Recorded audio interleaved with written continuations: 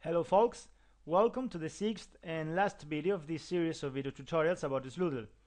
In the previous video we saw how the Sloodle tracker can be modified to track collaborative assignments in Second Life, and we also saw how to create a new Sloodle module from the Sloodle tracker, necessary if you modify the original Sloodle tracker but want to keep using both functionalities on the same Moodle installation.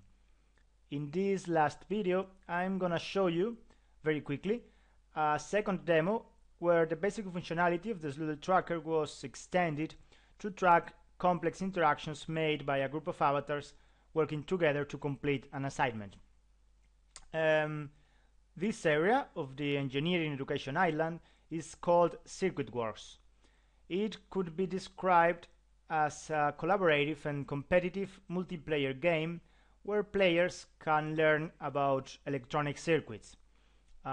Collaboration is required to interact with a virtual circuit, which is linked to a real physics circuit located at the Intelligent Systems Research Center of the University of Ulster.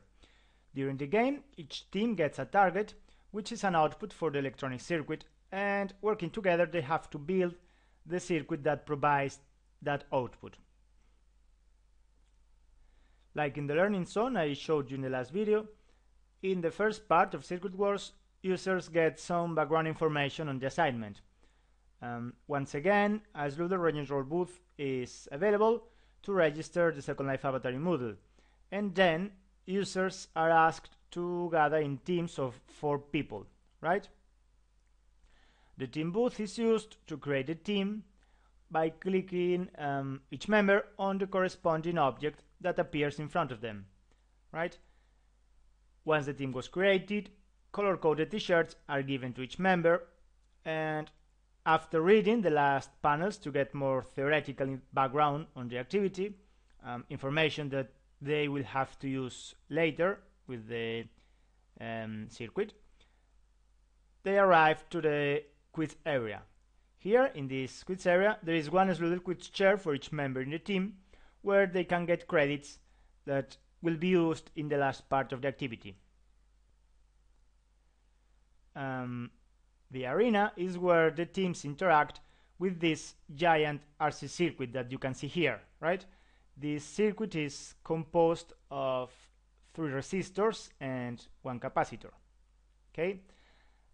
Each team has also their own waiting area from where they can see other teams interacting with the system, and from where they can also study the circuit to see how it's made, right?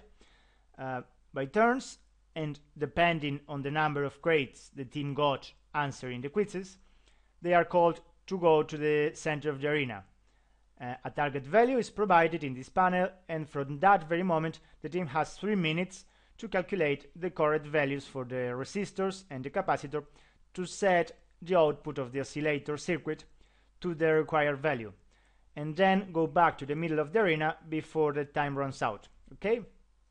Each member of the team is responsible for setting one component of the circuit, choosing one of 5 possible values with this handle here, and selecting the final value pressing the button. If they submit the circuit on time pressing the central button, the real circuit is configured with the chosen values, the output is measured and compared with the target value, and a score for the team is obtained. Obviously, the team with the highest value wins the game. Once again, all this process is recorded in Moodle using Sloodle. The Sloodle tracker was modified in a similar way it was done for the learning zone in the previous video. Different components of Circuit Wars register different information that is sent to a central object, which, among other things, is responsible for sending part of this information to Moodle. The Moodle files were adapted in the same way we have seen before to receive, store and display the corresponding data. In Moodle, I can see now the different teams created and their score in the game. Okay?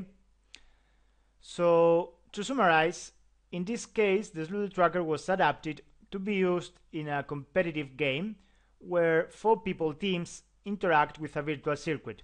This virtual circuit is linked to a real one, which is configured in real time using the configuration sent from Second Life by the teams, and the output of this real circuit is measured and used to calculate the score, which is recorded in Moodle.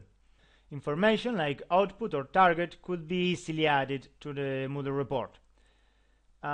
This is just one more example of the potential of Sloodle as a tool that links Moodle with Second Life, and particularly the Sloodle Tracker, a very simple, basic Sloodle plugin that allows individual touch-based Second Life activities to be tracked from Moodle, and that can be modified to bring into Moodle more complex and even collaborative assignments. Goodbye.